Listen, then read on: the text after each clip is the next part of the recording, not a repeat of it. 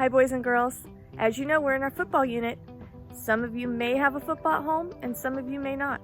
If you don't have a football, don't worry. I'm going to teach you how to make one right now.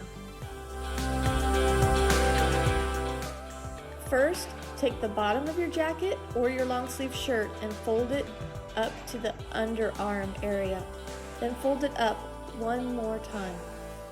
After that, you're going to fold the whole thing in half.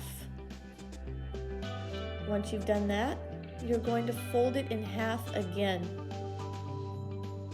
After that, you want one sleeve to go across and one sleeve to stay under, so that you have one sleeve going one direction and the other sleeve going the other direction around your jacket. And then you're going to wrap it around a second time. Once you wrap it around 2 times, you're going to knot it and then tuck in the end of the sleeves into a spot in your jacket so they're not hanging out.